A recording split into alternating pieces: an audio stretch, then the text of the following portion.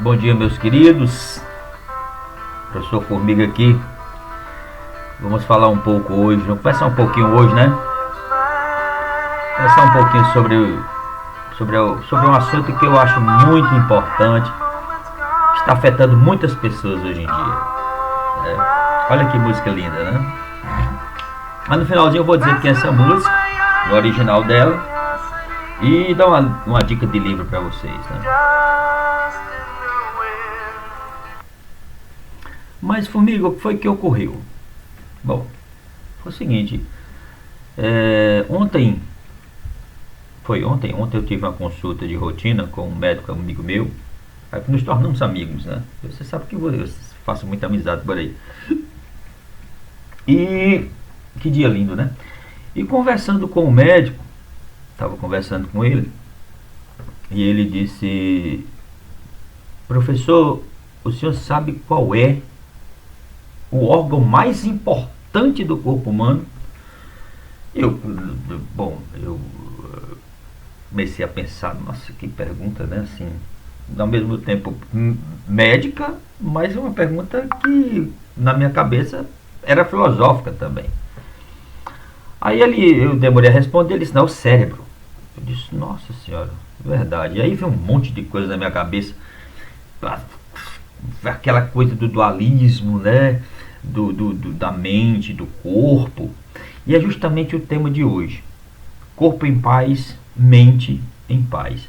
E aí eu comecei a pensar em Platão, eu comecei a pensar no René Descartes, e comecei a pensar na fenomenologia, né? Porque é exatamente no cérebro onde são registrados, né, pessoal, as nossas ideias, as imagens, os nossos estados mentais. E eu disse: rapaz, interessante. Só que hoje eu não irei abordar essa questão, né, de sobre mente, corpo, esse dualismo que começa lá em Platão, que antes de Platão também já se tem essa concepção de mente, corpo, cérebro. Aliás, na filosofia existe, né, a filosofia do cérebro, a filosofia da mente, que estuda a diferença ou esse dualismo entre o que é cérebro e o que é mente, se existem estados mentais, ou seja, ideias, pensamentos, imaginação, sem necessariamente você ter a parte biológica que é o cérebro. Mas assim, eu não vou entrar nesse dualismo científico, antropológico, etc. Eu irei falar hoje sobre pessoas que não dão descanso à mente. Tem pessoas que não conseguem descansar a mente, não consegue dar uma pausa no pensamento. E o que é que isso pode acarretar, Formiga, dentro da visão psicológica, dentro da visão da filosofia clínica, dentro da visão da psicopedagogia? Essas pessoas que não conseguem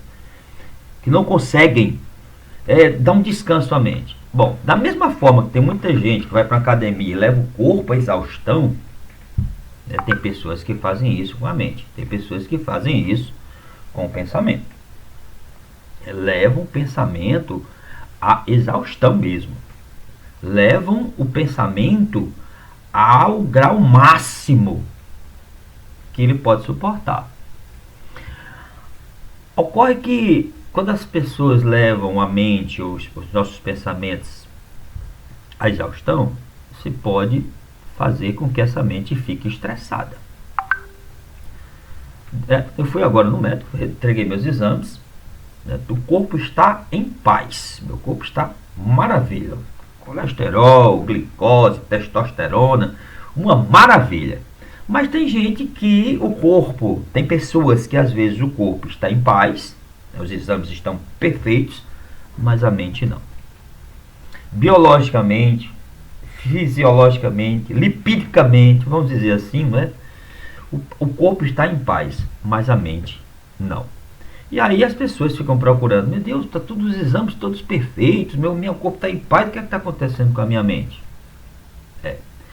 Às vezes, de acordo com a constituição estrutural de cada pessoa, de acordo com a constituição existencial de cada pessoa, algumas características, alguns sinais de que o pensamento ou a mente está estressado e não o corpo, né? A mente está estressada, está cansada, pode aparecer ou pode dar alguns sinais. E quando a mente está estressada, quando a mente está cansada, tem alguns autores que chamam aí da síndrome do pensamento acelerado. Aí é bom a gente começar a desenvolver algumas técnicas para desestressar ou descansar a mente, né?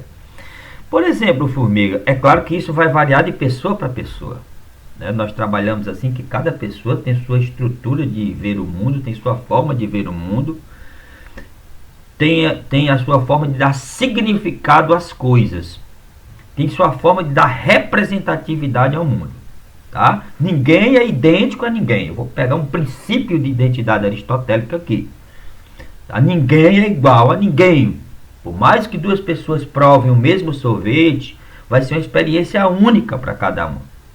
Então, levando em consideração isso aí, e depois eu vou preparar um vídeo explicando melhor isso, vai variar de pessoas para pessoas. Por exemplo, tem pessoas que ficam com fôlego curto. Ela não consegue desenvolver. Ela está falando, de repente cansa. De repente fica cansada. Então isso pode ser um sinal de que tua mente não esteja em paz.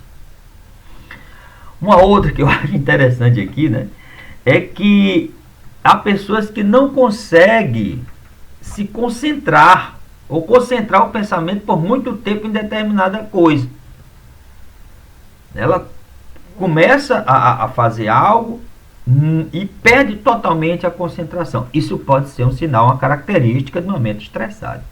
Tem um colega meu, que eu não vou citar nomes aqui, né, que chegou e disse: formiga, rapaz, já aconteceu contigo de tu tá com a tua esposa ali no bem bom, no quarto à noite e tal, e de repente tu começar a pensar em preencher diário, a elaborar a aula, a pensar naquele menino danado dentro da sala de aula. Eu disse: rapaz, não, mas acontece, dependendo de pessoa para pessoa, acontece. Você está lá do bem bom com a sua esposa e de repente você imagina dando uma aula, ou preparando uma aula, ou preenchendo um diário, vai lá, sabe o que?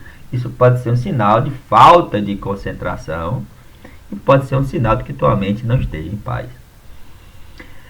Outra coisa, a baixa resistência em criticidade, né? A pessoa fica passiva em contestar algo. Alguém fala algo que você discorda, você, tá bom, deixa pra lá. Ou seja, não quer falar sobre isso não, você fica passivo, você engole a tua criticidade. Isso pode ser um sinal de que tua mente não esteja em paz. Outra coisa, uma alternância de humor também relacionada ao pensamento. Você de repente está ali no alto astral, vou dar um exemplo, você está no alto astral, bora, eita, a festa tá boa aqui, pô, hoje eu estou bem, estou com o astral lá em cima, de repente manda todo mundo embora. Não, acabou, vamos embora, vamos todo mundo embora, estou gostando mais dessa festa não. Ou seja, isso fica flutuando, essa alternância ela fica flutuando. Isso pode ser sinal de que você esteja com a mente estressada ou uma mente... tua mente não esteja em paz. Eu fiz alguns apontamentos que eu estou passando para vocês que eu comecei a lembrar. Sim, outra característica interessante é a questão daquele velho e bom apagão.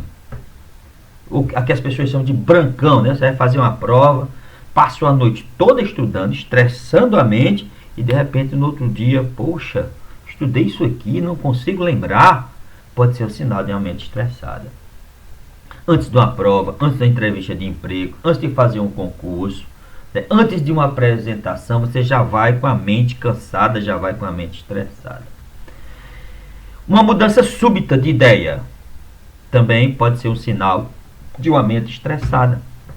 Né? De repente você chega e diz assim, a mulher, o homem chega, o homem diz: bora minha filha, arruma aí, vamos sair, tal, se arruma que eu já estou arrumado aqui, hoje nós vamos passear.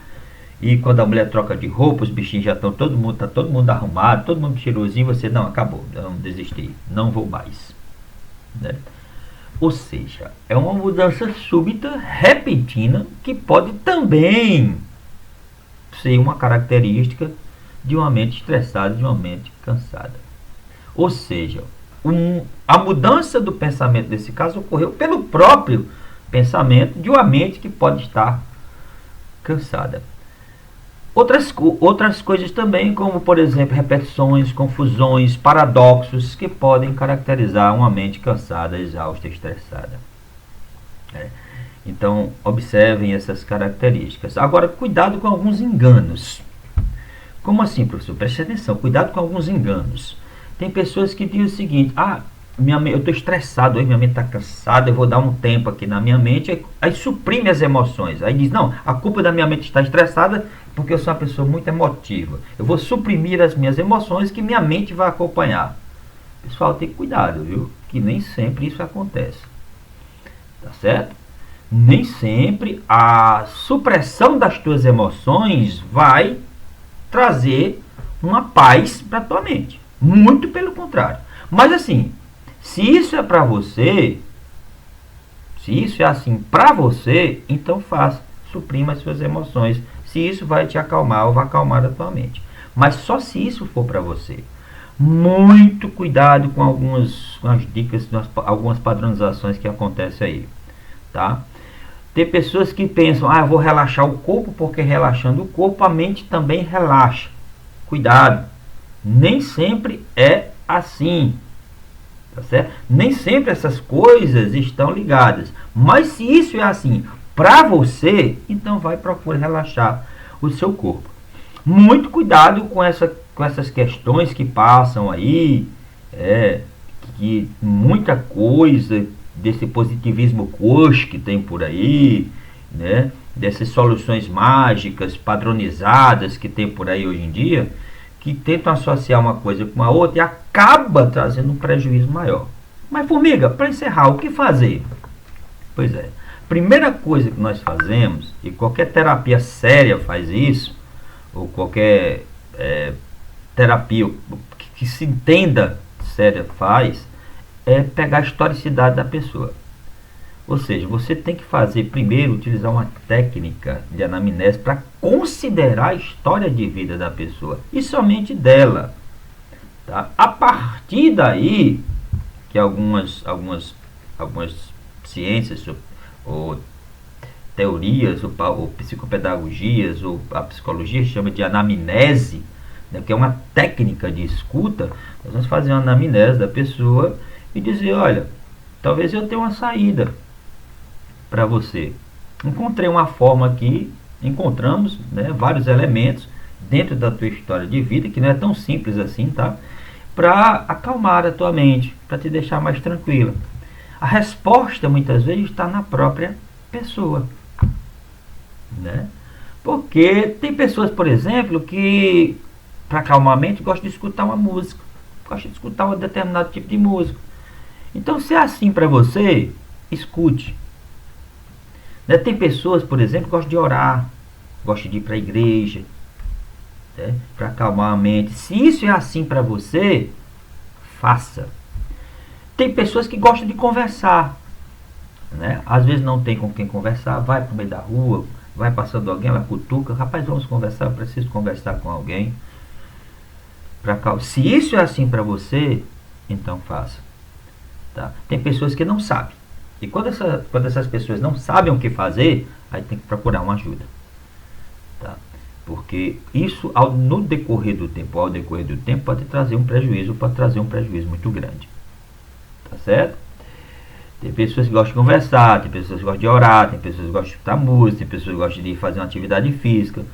Então, se isso é assim pra você, tá? Porque tem outros, vai chegar alguém e vai dizer: rapaz, vai fazer uma caminhada, vai pular, vai pedir ajuda ao universo, que ele vai te devolver em dobro. Cuidado, pessoal, nem sempre é assim para você ou para determinadas pessoas, tá bom? Fica a dica aí. Daqui a pouco eu vou lançar um outro vídeo falando dessa questão dualística também, de mente e corpo, e vamos conversar um pouco mais. Uma dica de livro é sobre o livro do Sêneca, um filósofo e pensador estoico. O nome do livro é A Tranquilidade da Alma. Tá? Quem que puder dar uma lida nesse livro, Tranquilidade da Alma, é muito bom. Muito bom. Traz uma série de questões e reflexões interessantes sobre essas questões que eu acabei de falar. Tá certo?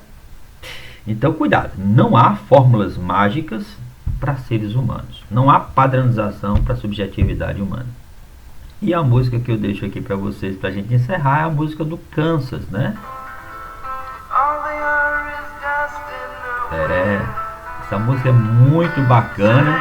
Essa música chama-se Dust and the Wind. Desculpa o meu inglês, que é Poeiras ao Vento. Tá? Então eu termino com ela. E até breve. Um abraço, pessoal.